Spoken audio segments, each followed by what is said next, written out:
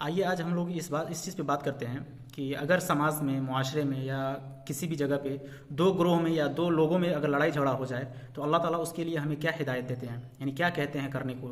तो अल्लाह ताला कुरान में कहते हैं व इन ताइफतानि मिनल मुमिनीन क़ततलू फअस्लिहू बैनहुमा फ़इन बग़त इहदाहुमा अलल उख़रा फ़क़ातिलु लती तबग़ी हत्ता तफ़ीअ इला अम्रिल्लाह फ़इन फ़ाअत फ़अस्लिहू बैनहुमा बिल अदलि व अक़सितू इन्नल्लाहा युहिब्बुल मुक़सितीन। और अगर मुसलमानों की दो जमातें आपस में लड़ पड़ें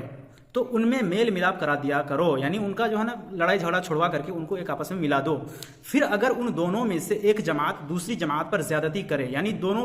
आदमी जो लड़ रहे हैं उनमें से अगर एक दूसरे पे ज्यादती जो कर रहे हैं तो तुम सब उस ग्रोह से जो ज्यादती करता है लड़ो, यानी जालिम से तुम सब मिल करके, बस्ती वाले हो चाहे पूरा देश वाले हो, जो जुल्म कर रहा है जालिम से लड़ो यहाँ तक कि वह अल्लाह के हुक्म की तरफ लौट आए। यानी अल्लाह ने जो हुक्म दिया है कि इंसान को एक आपस में नहीं लड़ना चाहिए, मिलजुल करके रहना चाहिए, उस चीज़ की तरफ अगर ना आ जाए वो जालिम, तब तक आप सब पूरा जो है ना बस्ती वाले हो चाहे पूरा देश वाले हो, मिलजुल करके उनसे लड़ना है।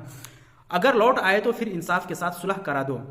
और इंसाफ के बारे में अल्लाह ताला यहाँ पे इस चीज़ को कहा गया है कि इंसाफ वह चीज़ है अगर हमें हमारे घर परिवार के अगेंस्ट में ही अगर क्यों ना गवाही देना पड़े कि नहीं मेरे घर परिवार वाले जो है ना गलत हैं और ये जो जिन पे जुल्म किया गया है वो सही है, तो उन पे भी गवाही का जो है ना इंसाफ के साथ जो है ना उनका फैसला करना चाहिए। और आदल करो यानी इंसाफ करो, बेशक अल्लाह ताला इंसाफ करने वालों से मोहब्बत करता है, यानी जो इंसाफ करता है अल्लाह ताला उनसे बहुत ज़्यादा मोहब्बत करते हैं। तो दोस्तों देखिए अल्लाह ताला कुरान में कितनी बेहतरीन बात हमें सिखाते हैं, करने के लिए कहते हैं। अगर इस चीज़ पर अगर हम लोग अमल करना शुरू कर दें तो इंशाअल्लाह हमारी मुआशरा एकदम सही हो जाएंगे। लेकिन अफसोस की बात है कि आज हमारे मुआशरा इस चीज़ को अपना नहीं रहे हैं और एक दूसरे में जैसे ही बस्ती में हो चाहे देश में हो चाहे समुदाय में हो, जैसे ही लड़ाई झगड़ा होता है तो उसमें और जो है ना घी में आग डालने की काम करते हैं। तो दोस्तों हमें चाहिए कि हम अल्लाह के कुरान को पढ़ें ताकि हम उसमें जानें कि अल्लाह ताला हमें किन किन चीज़ों का हुक्म दिया है, किन किन चीज़ों से हमें रोका है। तो दोस्तों हमें कुरान पढ़नी चाहिए। अगर हमें कुरान अरबी में नहीं पढ़ना आता है तो उसका जो है ट्रांसलेशन तो पढ़ना आता है ना, हर भाषा में हर लैंग्वेज में आपको ट्रांसलेशन किया गया है, चाहे हिंदी में हो, नेपाली में हो, उर्दू में हो,